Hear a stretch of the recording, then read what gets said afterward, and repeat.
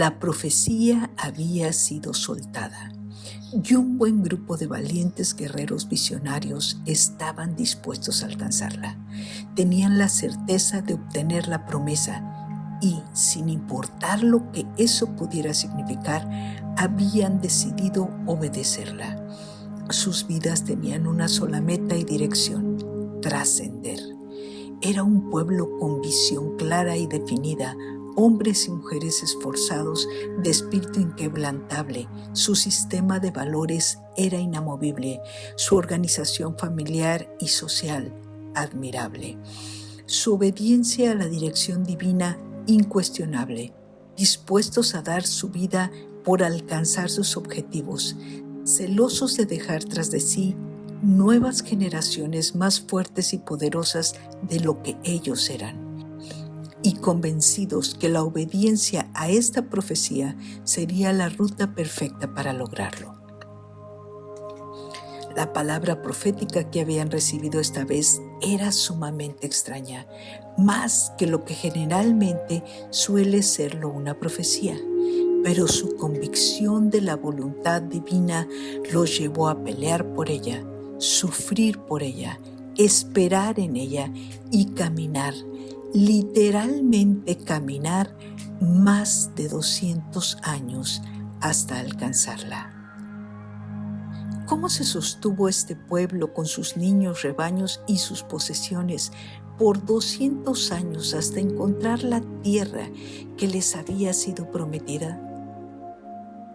Dice Deuteronomio: Yahweh, Él solo lo guió. El pueblo no siguió a dioses ajenos. Hizo que fuera por la región montañosa y lo alimentó con las cosechas del campo. Lo nutrió con miel de la roca y con aceite de oliva de los pedernales. Lo alimentó con cuajada de la manada y leche del rebaño, junto con lo mejor de los corderos y carneros, junto con el trigo más selecto, y tomó el vino más fino. Generación tras generación se mantuvieron firmes a la visión profética, siendo sustentados en forma más que sobrenatural hasta llegar al sitio exacto donde el pueblo crecería, el lugar que les había sido revelado. El punto era que no sería fácil encontrarlo.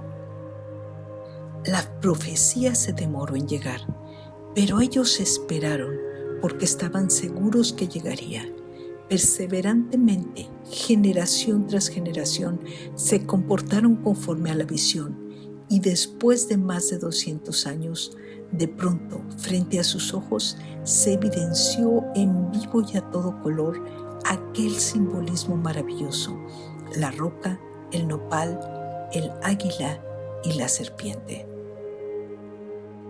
La profecía mexica dice: el lugar de su descanso, quietud y grandeza, donde ha de ser ensalzado su nombre y engrandecida la nación mexicana, que en ese lugar se edifique la más famosa ciudad que va a ser reina y señora de todas las demás de la tierra.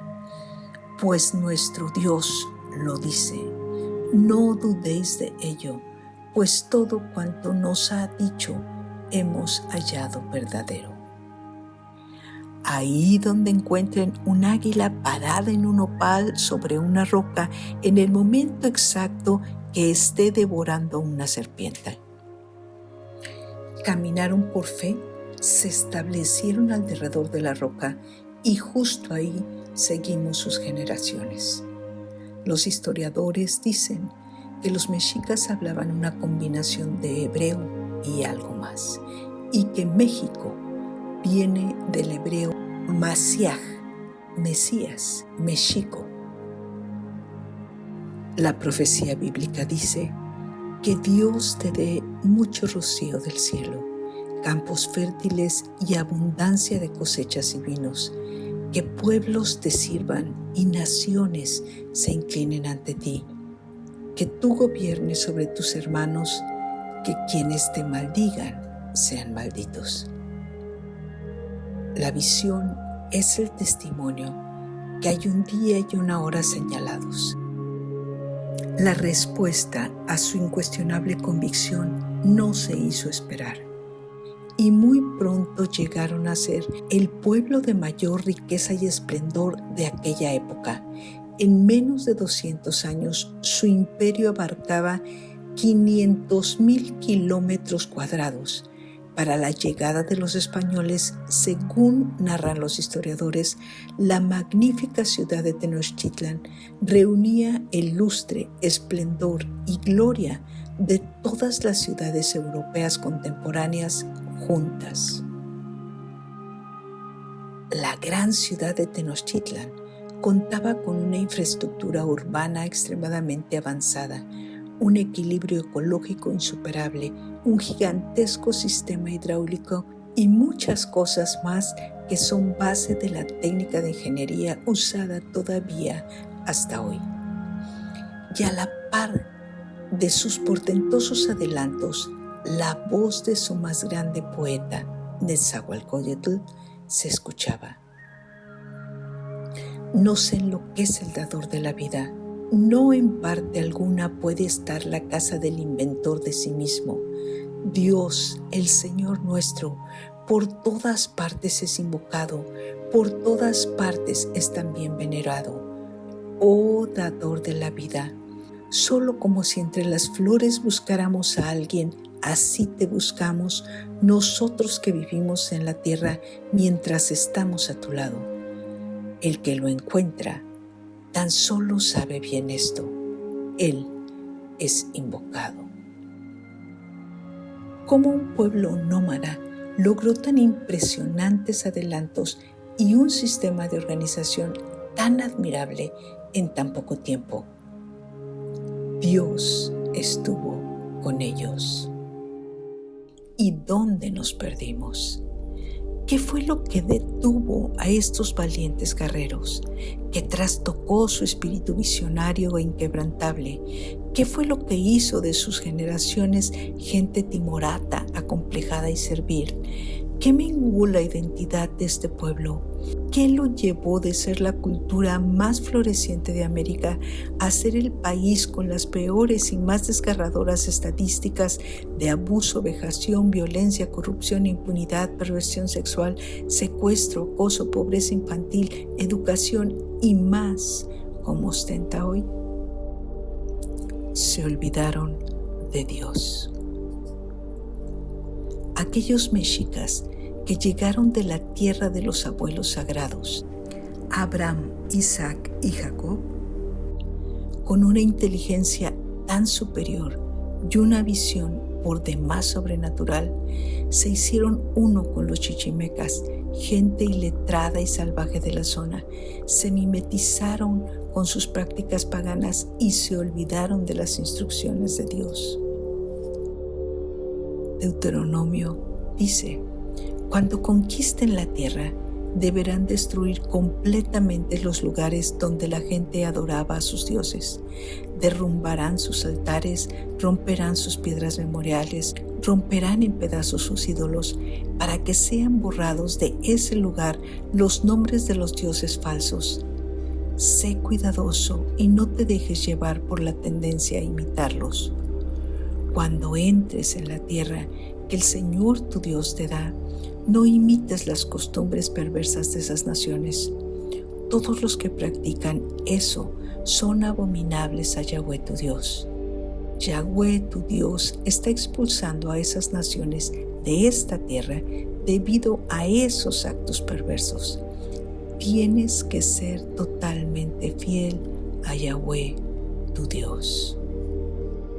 Deuteronomio 32 dice: pero México prosperó y se olvidó de Dios, se olvidó de su Creador, abandonó al Dios que lo hizo, rechazó la roca que lo salvó, lo hizo ponerse celoso con dioses extranjeros, lo hizo enojar con ídolos detestables, hizo sacrificios a espíritus que no eran Dios, dioses que no conocía, dioses recién llegados, dioses que sus antepasados no conocieron. Olvidaste la roca que te dio vida, olvidaste al Dios que te dio a luz. Yahweh vio esto y los rechazó, porque sus hijos e hijas lo enojaron. Él dijo: esconderé mi cara de ellos y puedo ver cuál será su final. Porque ellos son una generación perversa, hijos sin integridad. Y así sucedió. Los muy escasos anales que se lograron rescatar o las pocas historias contadas que los narradores españoles lograron plasmar demuestran que hasta la época de Netzahualcóyotl todavía había una conciencia de búsqueda del Dios creador único y verdadero por los sabios mexicas. Sin embargo, en esa época, el cuarto emperador azteca ordenó destruir los anales y códices que existían para que la historia de los Tenochcas fuera borrada y todo comenzara desde su reinado. Con ello, sepultó la verdad de la visión original, los antecedentes históricos, el origen de los mexicas y los elementos escritos que pudieran llevarnos a avalar como cierta la teoría de que México es el país ungido, proveniente de la tribu perdida de Manasés. A partir de ahí, los sacerdotes se olvidaron de Dios y el pueblo se inclinó cada día más a tener prácticas abominables que acarrearon el terrible juicio divino que hasta hoy vemos tan claramente evidenciado en la decadencia en todos sentidos en la nación. Dice Deuteronomio 32, ellos me hicieron dar celos con un Dios que no es Dios, con sus dioses sin valor me hicieron enojar. Entonces yo les daré celos con un pueblo que no es pueblo, con una nación sin valor los haré enojar, porque el fuego ha sido encendido por mi ira y quemará hasta el mundo de los muertos, destruirá la tierra y sus cosechas, e incendiará las bases de las montañas. Acumularé desastre tras ellos, usaré todas mis flechas en su contra. Ellos estarán débiles por el hambre y destruidos por la terrible enfermedad, una epidemia mortal. Enviaré animales salvajes en su contra, junto con serpientes venenosas. Los soldados los matarán en las calles y el terror los matará en sus habitaciones. Los jóvenes y las muchachas morirán, niños y viejos morirán. Yo dije, los destruiré, acabaré completamente con ellos. Pero me temía que su enemigo me hiciera enojar, que sus enemigos tergiversaran lo que pasó, que ellos dijeran, ganamos por nuestro propio poder, y Yahweh no hizo nada para esto. Porque ellos son una nación sin sentido y no tienen entendimiento. Si fueran inteligentes, ellos entenderían esto. Ellos reflexionarían sobre lo que les pasó. ¿Cómo es posible que un hombre persiga a 1000 hombres? ¿Y cómo es posible que 2 hombres persigan a 10,000? A no ser que su Dios los haya vendido. A no ser que Yahweh los haya entregado.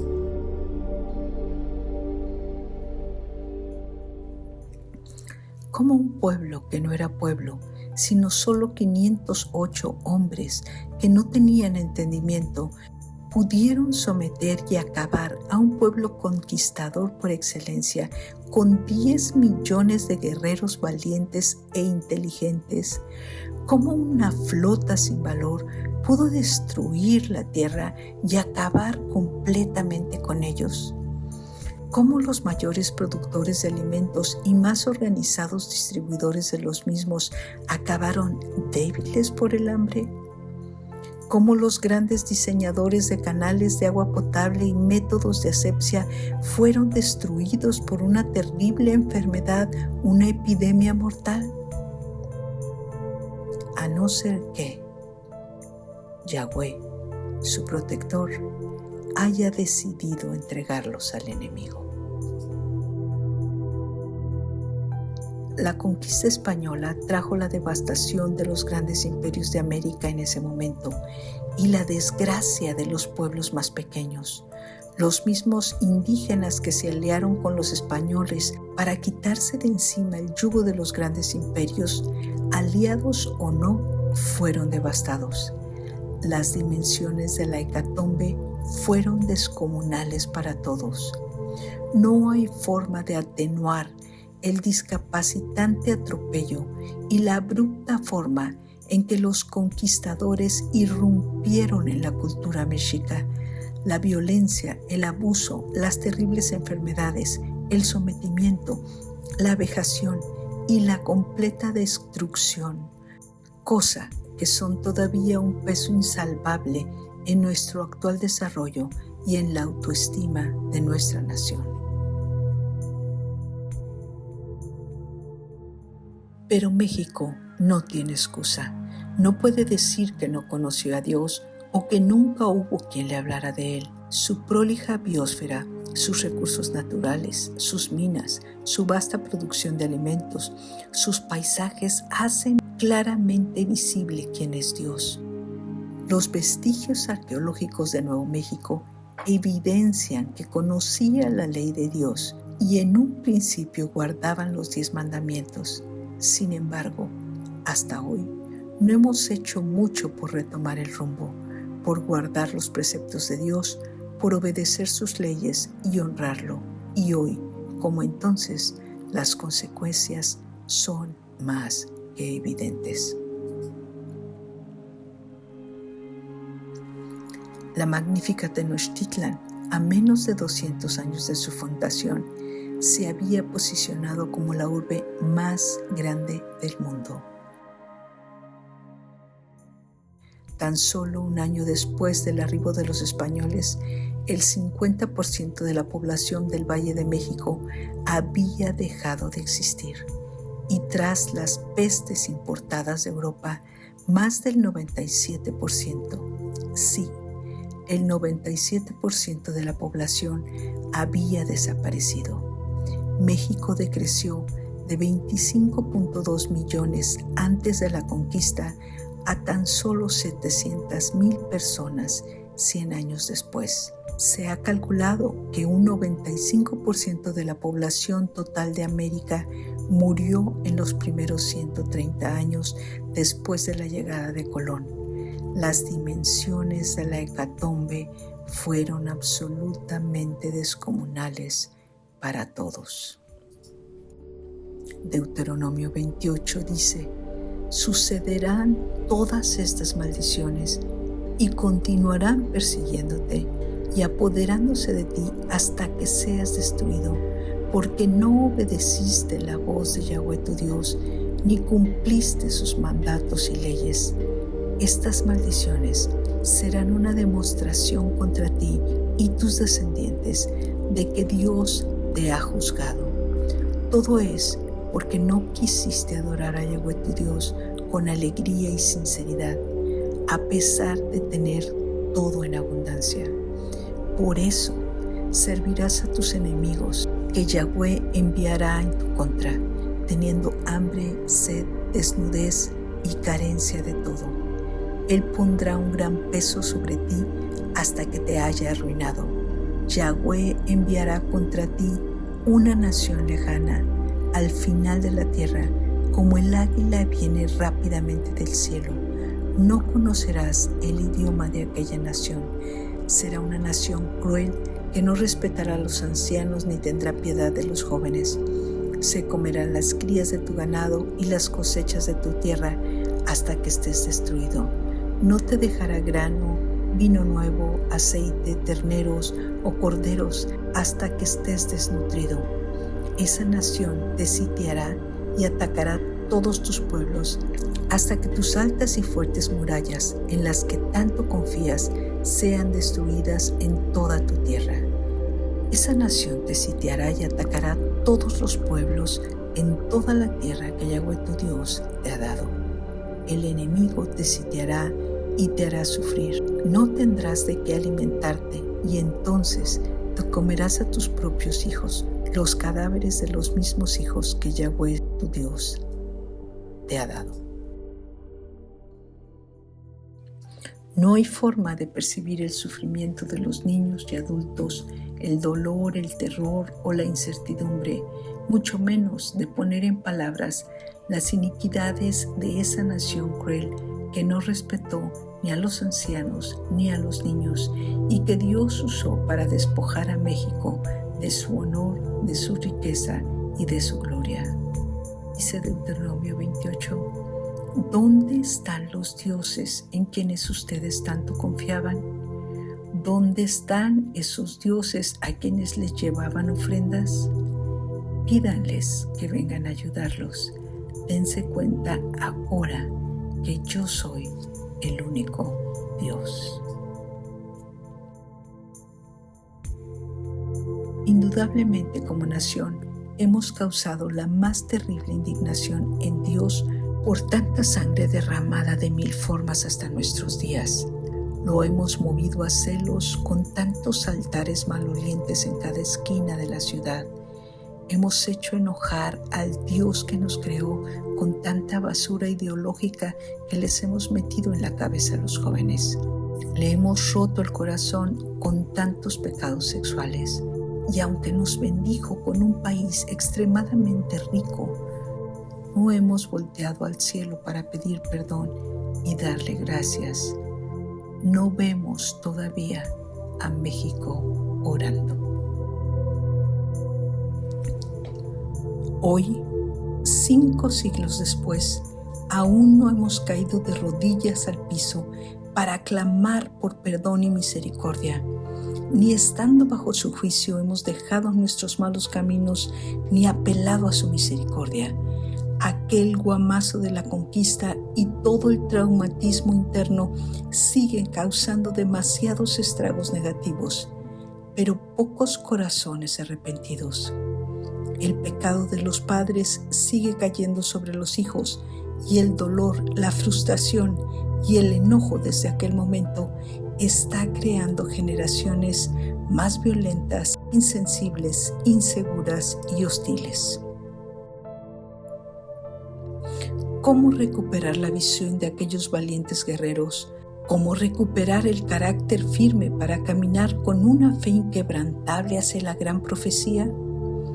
¿Cómo levantar una nueva generación que busque a Dios de todo corazón y viva para honrarlo? ¿Cómo proclamar una pasión por Dios a un pueblo con tantos y tantos dioses baratos? Hoy, más que nunca, estamos ante la inminente necesidad de sonar la trompeta y hacer un llamado a la santidad dentro de la iglesia, de crear conciencia de intimidad con Dios entre nuestros hermanos, de despertar a los adoradores verdaderos entre los jóvenes y crear grupos de intercesión sólidos que clamen por las ciudades y por la nación día y noche.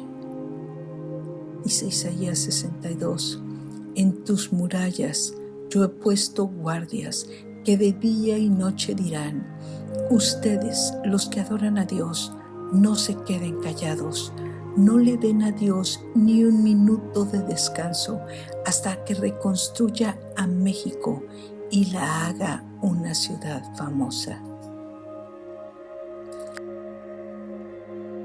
Desde hace más de 50 años, profetas de todo el mundo han anunciado que el último gran avivamiento antes de la venida de Cristo iniciará en México.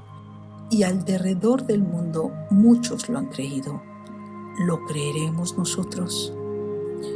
¿Por qué? ¿Por qué Dios haría esto?